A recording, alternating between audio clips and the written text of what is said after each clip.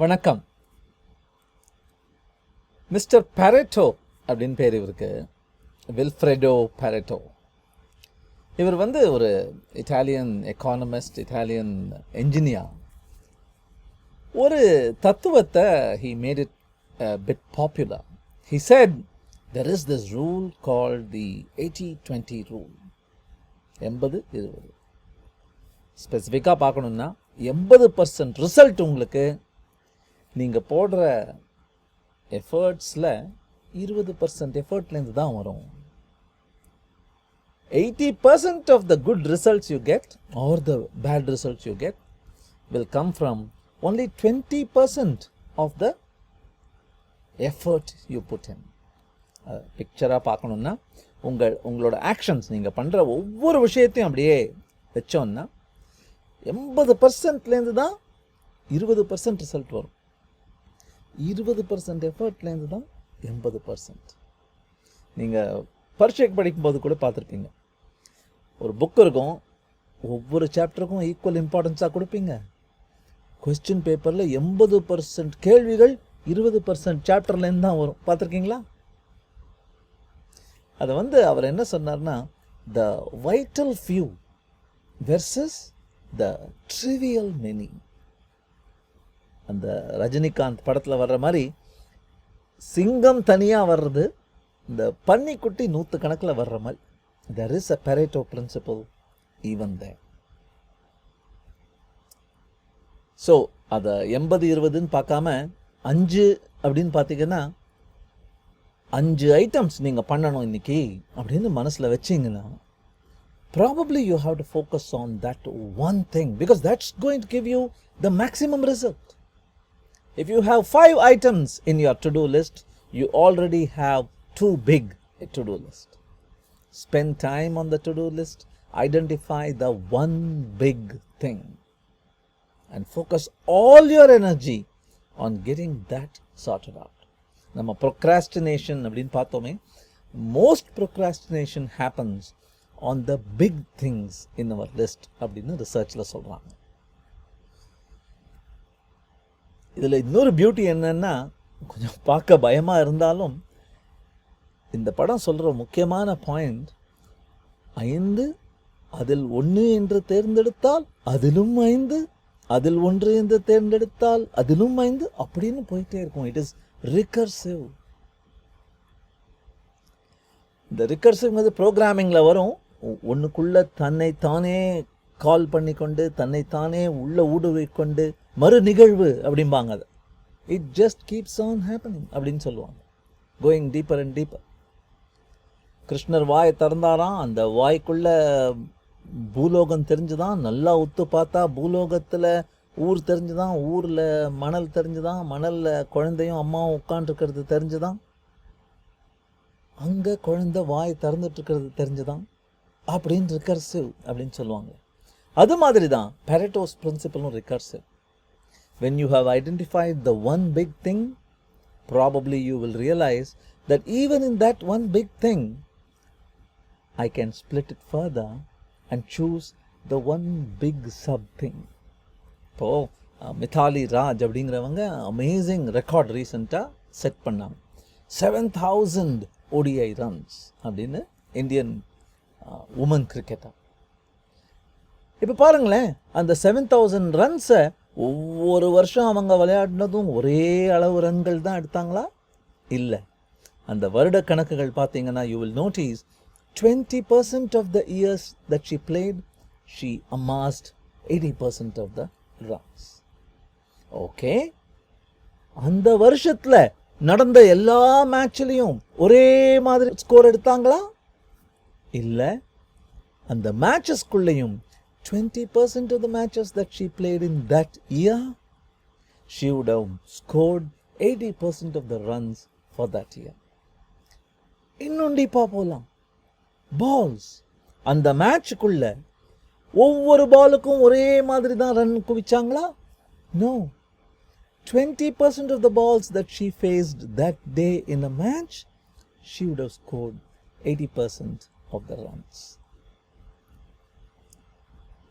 AR Rahman மன மன மன மென்டல் மனதில் அப்படின்னு ஒரு பாட்டு கேட்டிருக்கோம். அந்த பாட்டை வந்து உருவாக்குறதுக்கு நான் ஏரோப்ளேனில் போயிட்டு இருந்தேன். ஒரு சமயம் அப்படி காஃபி குடிக்க அந்த பக்கம் வந்தேன், அந்த பேண்ட்ரி கிட்ட வந்தேன். அங்கே அந்த டப்பால் அப்படி தட்டினேன், டியூன் வந்தது, உருவாக்கினேன் அப்படின்னு சொல்லுவாரா இருக்கும். He is that kind of a genius. நம்ம உடனே why can't you create a song like this every time you fly? If to create a song you take only 5 minutes, it's 5 minutes already. Where is the song? அப்படின்னா கேட்கறது அது அபத்தம். ஏன்னா creating a song is not just that moment, that creating moment. அதுக்கப்புறம் நல்ல movie scenario தேடணும், கரெக்டான voices தேடணும், pre processing post processing இருக்குது. அதுக்கப்புறம் அதுக்கேற்ற மாதிரி ஷூட்டிங் பண்ணணும், டேட்ஸ் ஆராயணும். It's a big big task. only 20% of, probably even less than 20% of A.R. Rahman's time is spent on that pure creative process அப்படின்னு சொல்லுவாங்க. In fact, one of the most important reasons most startups fail is this. எனக்கு காஃபின்னா அவ்வளோ பிடிக்கும் அப்படின்பா ஒருத்தன், அதனால நான் coffee கடை வச்சேன். No. When you set up a coffee shop, you need to not drink coffee, you need to brew coffee. Okay, எனக்கு brew பண்ண ரொம்ப பிடிக்கும். I know how to make the right mixture. So I set up a coffee shop அப்படின்பாங்க. Sorry, only 20% of the time will you really get to make the coffee. The rest of the time you will have to keep accounts, you will have to work with the customers, you will have to fight the competition across the road. 80% of the time you are not brewing coffee. So it is a very important advice from Pareto.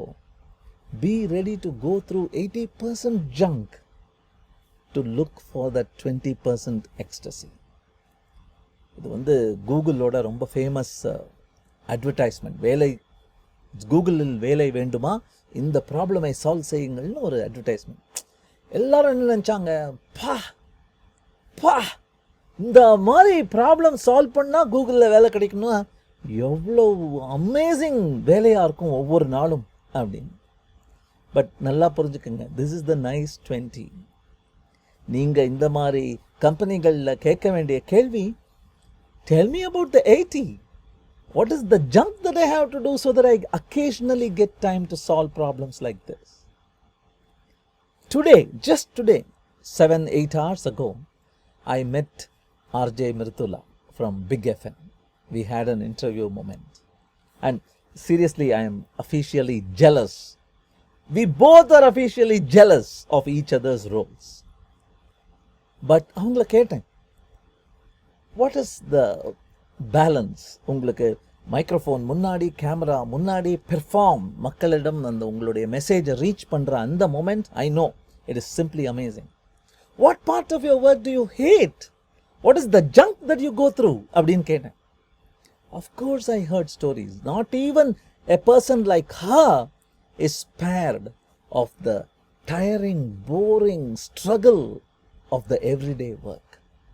There is documenting, there is recording, there is interacting. அதெல்லாம் தாண்டி வந்து தான் you get that moment to sit in front of that condenser mic and perform. So be ready for the 80 if you are really passionate about the 20. ஒரு புஸ்தகம் கூட இருக்கு, Eat That Frog அப்படின்னு புஸ்தகம் பேர். ஒரு டு டூ லிஸ்ட்டில் தவளையை சாப்பிட வேண்டும் அப்படின்னு இருந்ததுன்னா நிச்சயம் தள்ளி போட்டுக்கிட்டே இருப்போம். ஐயோ தவளையை சாப்பிடணுமா அப்படின்னு. இவன் என்ன சொல்கிறான், காலங்காத்தால first thing eat that frog. Because nothing worse can happen to you the rest of the day. If you can attack that hardest problem, that one big problem, you would have achieved all that you needed to do. Everything else that you do that day is a bonus. அப்படின்றார் Brian Tracy. So இன்னைக்கு இதை பார்த்து முடித்த உடனே தவளையை சாப்பிட ரெடியாக இருங்க. Thank you.